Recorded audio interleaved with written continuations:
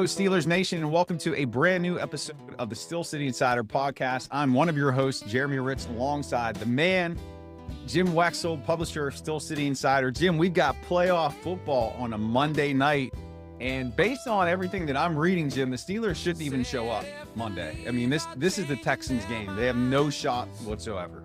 I don't know what you're reading. I don't know. You could read this Super Bowl, Aaron Rodgers.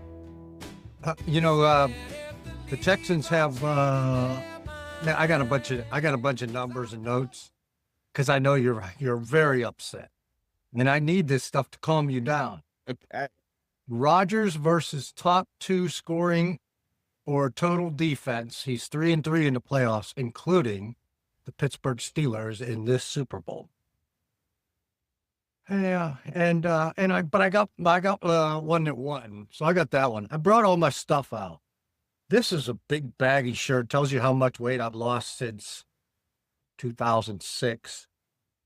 And my head barely fits in this hat, so my head's got bigger, my body's got smaller. Anyway, you're upset? I'm feeling good, man. I can't wait.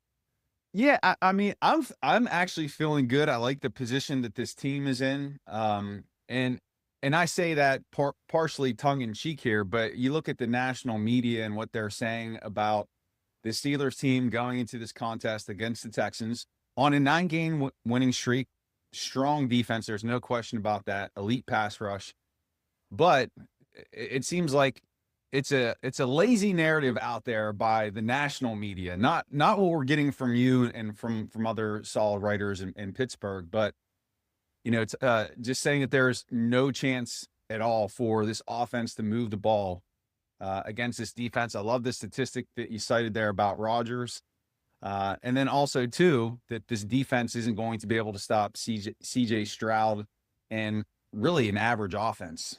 So You cannot stop Woody Marks. You can only hope to contain him. He's their running back. Okay. They've averaged 3.6 per carry in the last 5 games against 365 opposition. They played Arizona, was 3-14, Las Vegas 3-14. KC 6-11. Do you believe that?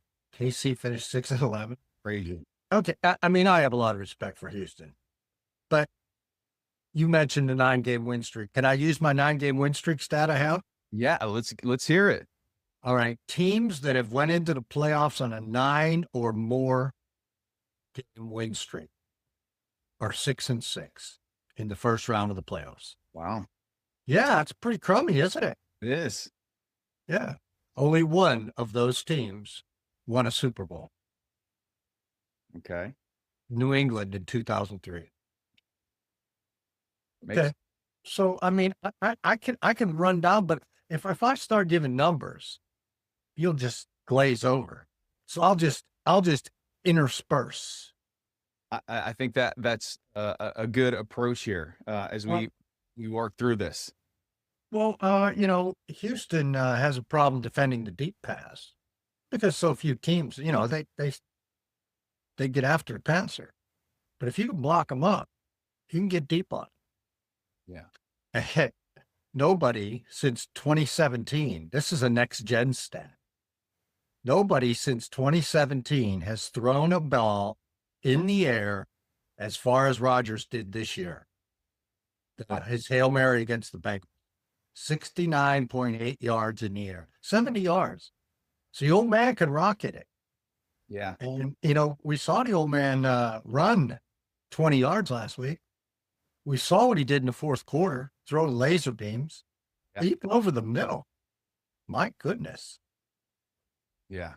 And I don't know if you heard his press conference or read. I put the transcript on the Steel City Insider Southside message board. Very impressive.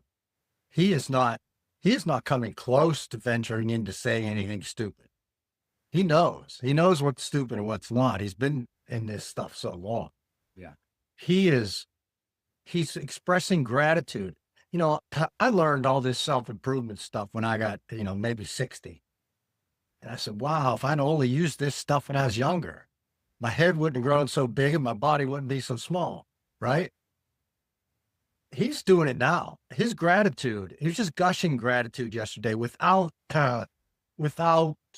telling us that he's doing it for the universe. He just was expressing gratitude, expressing it for Art Rooney, Mike Tomlin, his teammates. DK Metcalf was at practice.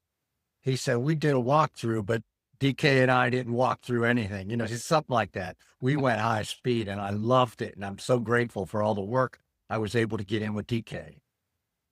I mean, and Tomlin's not saying anything stupid, like give him hell in December or whatever the hell he sometimes blurts out that always comes back to haunt him. He's, keep watching. Yeah. Keep watching. I love the demeanor of this team. And you have to love the setup. Yeah. On Monday night, home dogs even. I know. And that's moved from 3.5 to 3. So the money's hitting Pittsburgh, and it should. I like them. And do you have the stat, the last time that the Steelers had lost on a Monday night in Pittsburgh? Isn't it is it 91? 1991. Wow. To the defending champion Giants on a field goal with 7 or 9 seconds. Okay. So there's a chance. So it took a defending champ. And I'm sure the Steelers were home underdogs, but home underdogs I think they're 23-0 since then. Cowher never lost, Tomlin never lost Monday night. And home dogs, I would like to know that number. I'd like to look that up. Because there's an extra, it just fires the crowd up more. I mean, there's you hesitate to boo. It takes a lot longer. I mean, you got to hit Buffalo depths. Yeah, I think because you're an underdog and you want to hang with and everybody wants to hang, and you usually end up doing if you have that resolve, team and fan. And it's really exciting. Go ahead. I have some other stuff. I'll run it down as we go. Yeah. So a couple things I want to point out here is this is a different scenario for this team to be entering the postseason as opposed to previous years. The last few years in the postseason, it's been, all right, they got in, but it's one and done. There's a different feeling this time around, and they're not in the position that they used to be back with the Killer Bees where they were favorited in the first round. This is something different. They're underdogs. There are very low expectations for this team to perform, but everything is coming together at the right time. And we've talked about this the last few weeks, that belief that is starting to build, the leadership of Rodgers, his charisma and his leadership, I feel like it just continues to grow with every game. And I know he had a down game there against Cleveland, but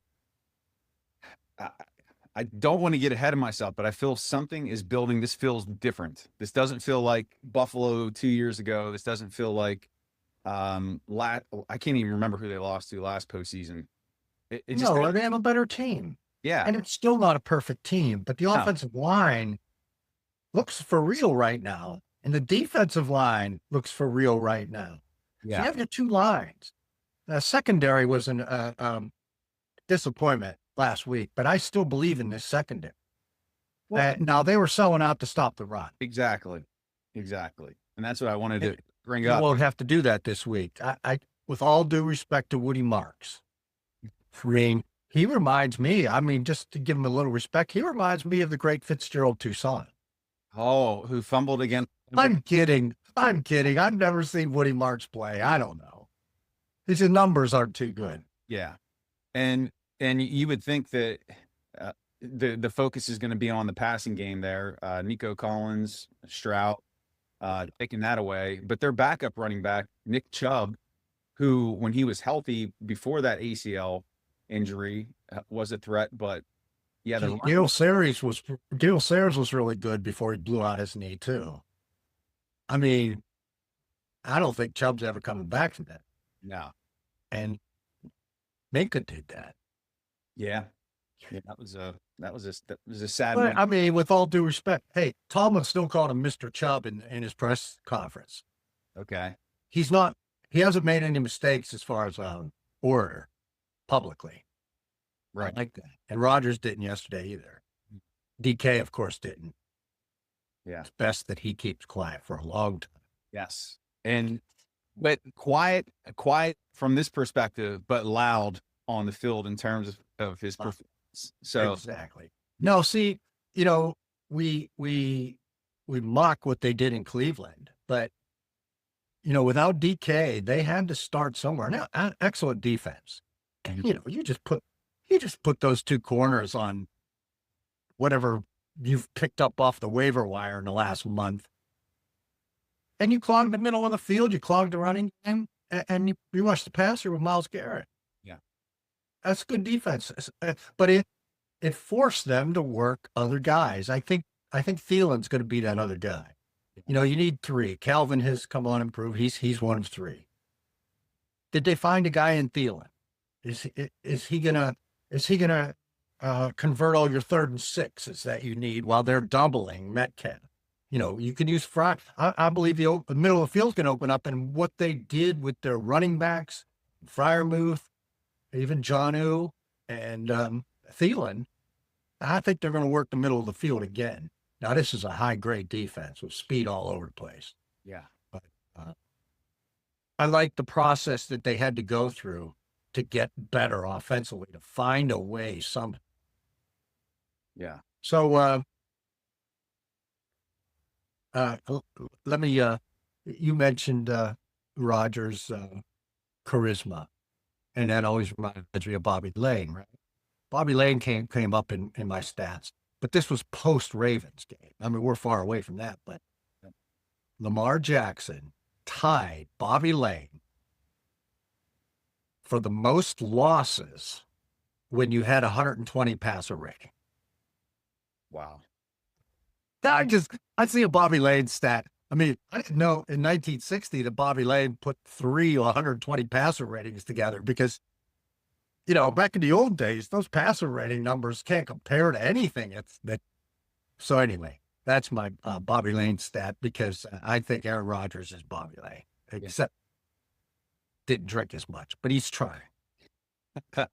So that brings me to a question, and I don't want to spend a lot of time on that Ravens game, but I think one of the biggest critiques about the Steelers team is that there's a perspective that they're lucky, that a lot of their wins were lucky this season. And you look at that Ravens contest, they gave up all those big plays, but it came down to a missed field goal that put them into the tournament. And you can make arguments for both sides, but do you see any sound judgment in that type of argument, that they don't deserve to be there, that it's lucky? Or do you chalk that up to, hey, you put yourself in a position throughout the season that if you win a game like that, you're the division winner, it doesn't matter?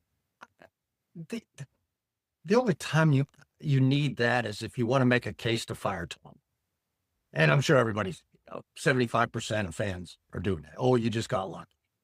And they'll look for something. You know, Rodgers encapsulated that beautifully. He goes, "I did the same thing to me. You know, oh, you're not elite until you win a playoff game. Then I won a playoff game. Then it was, you're not elite until you win a Super Bowl. Then I won a Super Bowl. Oh, you're not elite till you win an MVP. And I won 4 of them." He goes, "They'll always look for something. The important thing is not to read the comments." Mm-hmm. That's so right. It's so right. Because really, the only time this has physically affected Tomlin is the Buffalo game, and that was deserved. That was a horrible performance. Yeah. So if that's what it takes for all the outside noise to come inside, hey, but otherwise leave the outside noise outside. You know, the team, they hear that stuff without trying, and it bonds them because they love him. Mm-hmm. And they all come together. And if they all ignore it and continue just working on themselves, it shouldn't be a factor. So that's the only, otherwise I'd rather be lucky than good. Rodgers sharing his gratitude with the universe. That's the kind of things that give you luck. Yeah. You know, blessing the end zone. You know, come on. The Ravens didn't do that stuff. Yeah. Well, you deserve. And, okay, kicking at Heinz Field, it's how it is. Heinz Field, I'm sorry, Acrisure Stadium. Acrisure Stadium in Cleveland, whatever they call that stadium now. Those are difficult places. Buffalo is a difficult place. And Houston, that's another thing. Yeah. They're an indoor team. Mm-hmm. They're going to come into this mush field. Yeah. And for one thing, the priest did bless the entire perimeter. And they do that every time they put down a new sod. Yeah. They always done that. Yeah. But this gives me a moment to get the Texans are 0-6 in road playoff games, right? Okay.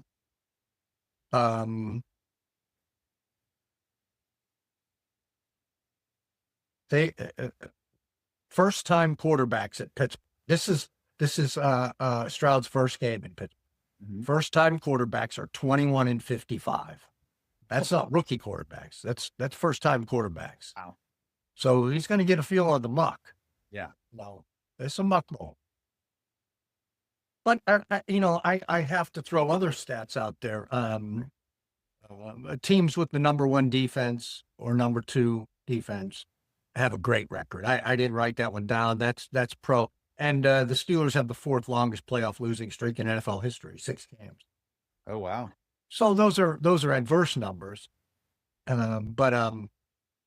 But it's the law of averages, though, that eventually have to catch up. A 9-game winning streak, a 6-game losing streak in the postseason. There's got to be, as a trader, involved with the markets, you got to return to the mean at some point. And so that's got to be factored in too. It's just mathematics of the universe. All right. Well, here's some Rodgers stats. 4-2 in the wild card round with 112 passer rating. Okay. 4-1 lifetime versus Texans, 124 passer rating. Nice. That's like the highest passer rating since 1950, because they didn't go back further. It could be all time. Highest passer rating against a team you've played at least 5 times. And one of those included last year with the Jets. So he's had some success against Houston. And he said, I used to play against that same defense in practice all the time. So apparently the Jets run the same thing. Aaron Glenn coached the Jets, right? Yep. Last couple of years. Yeah. This was his first year. This was his first year. Was he there last year as a defense coordinator? I'm not that up on the Jets. All right. While I'm mentioning Aaron Glenn, and I know you're probably getting sick of these stats, but hang with me for a minute. Gotta love him. Aaron Glenn, the only Houston win in Pittsburgh. I remember it. 2002. I remember it. The Steelers outgained them 427-40. Mm-hmm. And lost 24-7. 3 defensive touchdowns. Aaron Glenn returned 2, 60 and 50, something like that. Aaron Glenn returned 2. It was the most ridiculous game. The Steelers had 24 first downs, the Texans had 3. And beat them by 17 points. Weren't they didn't they just come in as was that their franchise opening season too, I believe? It was 2002. It could have been, but David Barnes, the quarterback, he had 33 yards passing. Yeah. I was at Penn State at that time. I remember watching it. That's when I used to punch things and hit walls when the Steelers played poorly.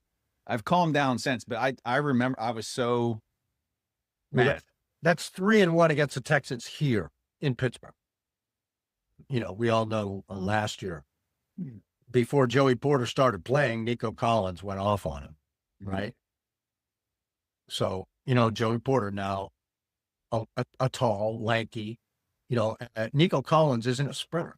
Mm-hmm. And so this should play well into Joey Porter. Mm-hmm. Otherwise, a new team, a young quarterback coming into the mushlands on a Monday night the second of back-to-back home games, which I've talked about here frequently, that's their element. I mean, the fans and the players are going to come right back in comfortable, especially after a nice win last week. You know, this is first time back in a while is different. Yeah. First time back next week after a big win, man, this is our comfort zone. We're good here. The fans are good here. The scoreboard operator knows when and when not to play Renegade. You know, everything, all the kinks are ironed out, right? Yeah. That's exciting. And here's the other thing I have written down. What have I compared? Do you remember what Steelers team of the past I've compared this team to? I should remember that, Jim, but I bring it up frequently, and you've asked, but the 1989 Steelers, I've mentioned it several times. They remind me of the 1989 Steelers, just in the grit and kind of very similar record. In fact, the 89 Steelers beat Houston in the first round of the playoffs, improved their record to 10-7. wow. And then they went to Denver in the second round. I don't know. Where does this team go in the second round? Depends on who. Denver. But right now, as it's drawn up, Yeah. Denver. So don't mess with my visions, okay? But I'm not. I'm working with Rodgers and the gratitude of the universe right now. I got you. I know I'm not giving you guys much X's and O's. All I have is, they give up the deep ball and DK's back, and the Steelers have really worked hard to develop another receiver and other receiving options, running backs, tight ends, in DK's absence. And the other thing is Joey Porter on Nico Collins should help. Yeah. Because they won't, not only, and I was listening to Joe Starkey was saying this, not only will the Steelers not have to defend the great Derrick Henry, they won't have to defend the running of the great Lamar Jackson. It's true. Which I thought went a long way into giving up all those big passes last week. Mm-hmm. And, Jalen Ramsey, he's got to be ready to play better. Yeah. He will be. I think these guys, too, just another way to frame this and look at this. You got TJ Watt, who I don't want to say is getting up there, but he's getting up there. Cameron Hayward, how many chances do these guys have left in the postseason? Ramsey, I know he's already won one with the Rams, but some of your older players feel that, all right, hey, this is it. Who knows if we'll ever get another opportunity, and we're at home. So I think there's a lot of intangible things that we're pointing to here, whereas Houston has they're the paper champions, right? Let's throw that out there. But there's the intangible components that you can't put a value on or weight heading into this contest that just really, to me, gives a slight edge to Pittsburgh. So I think that's going to come into play. And the young players, Derek Hartman, he gets it now. Zach Frazier, did you see the gif of him blocking zero Roquan Smith on that screen, late screen, the game up? Yeah. Fautano, McCormick, Dylan Cook. Yeah. What a surprise. I hope James Pierre lives up to the new player he's become. I would hate to, look back and, I'm sure in 2016, I was praising Artie Burns and Ross Cockrell at corners. I really saw a new James Pierre this year. I think we all did, but if he reverts, and Asante Samuel comes in and isn't the guy we hoped he was, but I like their secondary better. And Jalen Ramsey, he's seeing that ball and likely snared in front of him. He's got to be seeing that all week. Make some plays. He knows he can make plays. He knows he can play better. It's time. Yeah. So, one more stat. The Texans are the 7th team to make the playoffs after starting 0-3. Okay. Only one of the previous 6 won a playoff game. Only one of the previous 6? One of those 6 teams in NFL history made the playoffs after starting 0-3. Okay. That might be since the Super Bowl era or something. Okay. And only one won a playoff game. Who was that team? I think it was San Diego. There you go. San Diego Chargers. You ask me, I don't write down the full note. I'm not trying to kill everybody, but I know I am. No, I'm sure the viewers are going to love it. So, I mean, this definitely sets the stage. But that brings us to Jim. Do you have an outlook or a projection? I won't say prediction, but a projection of how Monday night's going to play out. Well, I don't know how it's going to play out. I think they're going to win. It's not going to be easy. Nothing is with this team.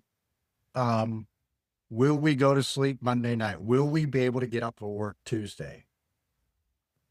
But, I look at what my handicapping stats.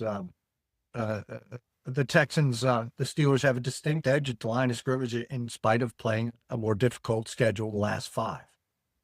Steelers are gaining 5.1 per carry. That's 2 Baltimore games, Cleveland, at Detroit and Miami. Texans have a slight efficiency edge, and that encompasses all. It's yards per point. It's slight, but they played an easier schedule. And the big number that scares me for the Steelers is 12.2 yards per completion the last 5 they've given up. And we talked about the Ravens were a big chunk of that. 11 completions for 238 yards. That's like 24 yards a catch. Yeah. You can't have that. But I think we understand a little bit why that happened. But the Texans give up 11.3 per catch, and that's not an elite number. So, DK should, and Freiermuth and Thielen.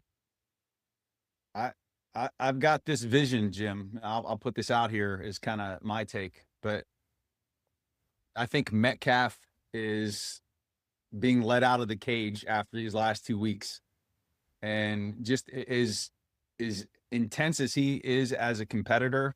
I think that that's just been building and building and building. I wouldn't be surprised to see them come out first or second play, just a massive deep shot down the field. Yeah, and then if he drops it, he's in his head all day. I mean, I don't think he'll drop. Okay, but there are pluses and minuses to these guys that are so pent up. Yeah, it's true. See, and you have that other side of the argument to calm me down, right? So well, that's what you like in coaches and quarterbacks, to calm people down, and they have guys like that. Yeah. Calm them down to a degree. Yep. We don't want him totally docile, right? Yeah. But he kept his mouth shut. He didn't engage with that stupid fan in his backwards hat and suit. I mean, that guy looked better with his blue hair. He did. Yeah. I'm not a backwards hat guy, but every now and then I try to look 30 years younger and try to be cool. Let's see what's on the back of this hat. No, sometimes they'll say Super Bowl here. But I was looking for my 1995 hat. Okay. Because 1995, 2005, I don't know what happened in 2015, but then you got 2025, the 5s. And this is the 5s. Yeah, the 2015 season, I think that's when they started rebounding. Martavis Bryant stepped up. And, I think they beat the Texans that year. They did. They have it. The offense was struggling. I think they broke out on offense, made a push, and actually won the AFC North that year. They beat the Bengals the last game of the season for the North at home. But then 2014, because I think Le'Veon Bell got hurt that game. Okay, yeah, maybe that was 2014. But in 2015, if they lost the playoffs or didn't make the playoffs, you can bet that either or both Antonio Brown and Le'Veon Bell were hurt. Was 2015 the year they beat Miami in the postseason? That was 2016. 16. That was a wild card win at home. Okay. I'm going to have to go do research after this episode. They're 3-4 at home in the wild card round. Okay. So that's a stat that doesn't really look good for them. But unless you say the universe is destined to go 4-4, right? I think that, like I said, the law of averages. You said that. The law of averages, the things always revert to the mean. They do. It's just the natural progression and function of the world. Except all these 0-6, 1-7 numbers that I gave you that hurt the Texans. That's right. Yeah. All right, Jim. Well, All right, man. anything as we wrap up here? No, my hunch is not Denver. I don't think we'll be talking about 1989 all over again. My hunch is they host another playoff game next week. Beautiful.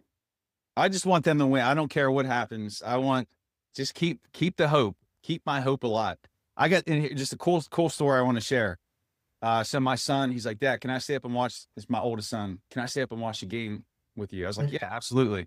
So we were watching, and Boswell missed the extra point. He's like, oh my God. Like, he was so into it. He's fired up.